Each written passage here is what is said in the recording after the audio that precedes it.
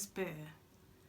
My channel deals primarily with ways to lead a more fulfilling life. Together we'll look at ways to deal with daily stresses, anxiety, depression, and general good mental health. I'm a depression survivor myself, and I share with you ways that I have felt have worked for me over the years in dealing with anxiety and depression.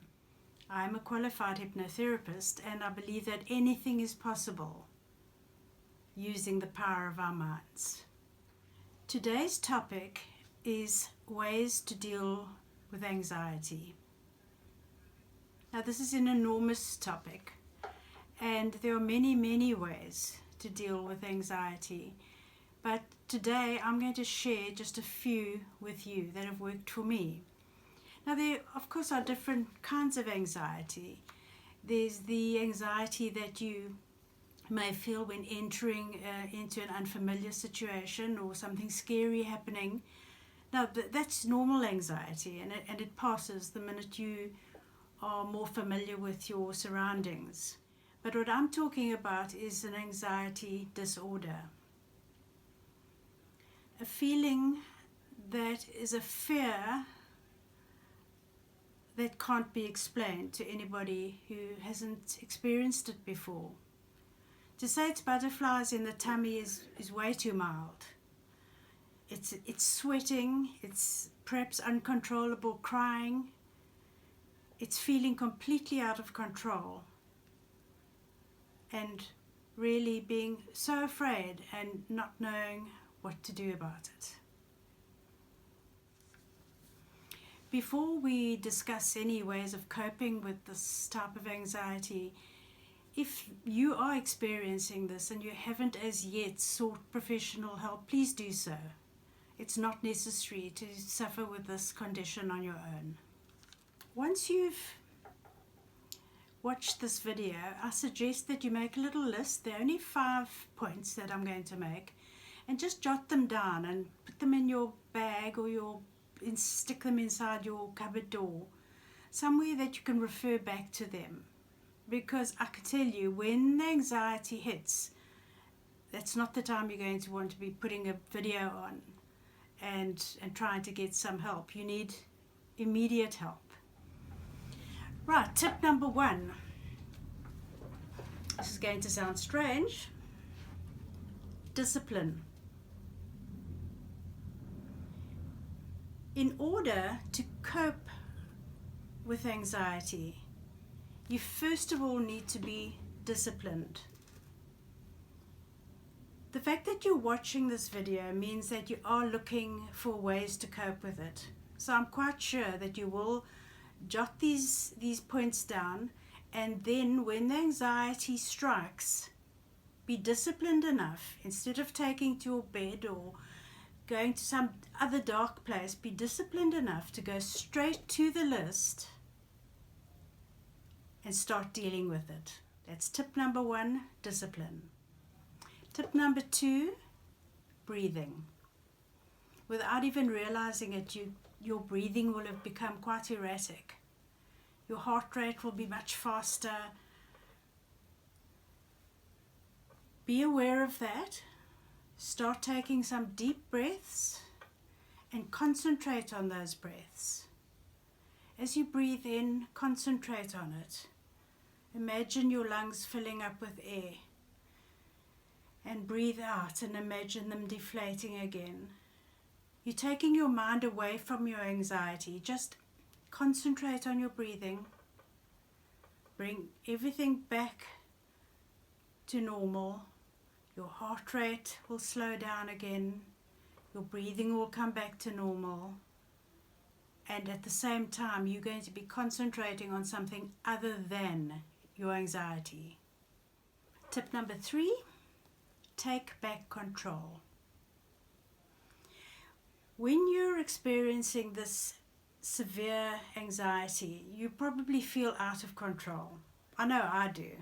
I feel I have no control over the situation. I don't know how to make myself better. Take control of something, even if it's a very small thing, even if it's going through to the kitchen to make yourself a cup of coffee. Do something. Take control of something. Now be mindful of everything that you're doing while you're taking control. As you reach into the cupboard to take out a coffee mug, be mindful of that. Choose one. Think about it. Think about the kettle as you're switching it on. Choose a teaspoon. Get the milk out of the fridge. As you're doing these things, be mindful. Don't do them at a rate. Thinking about your anxiety, think about what you're doing. You are in control of that, of every action. You're in control of taking the milk out of the fridge. You're in control of stirring your coffee. All the time giving your anxiety a chance to subside. Number 4, call a friend. Maybe you have that very good friend or a family member who you can call and who will listen to you. And that's great. It's great if you have someone like that, but all it's really doing is talking about the anxiety.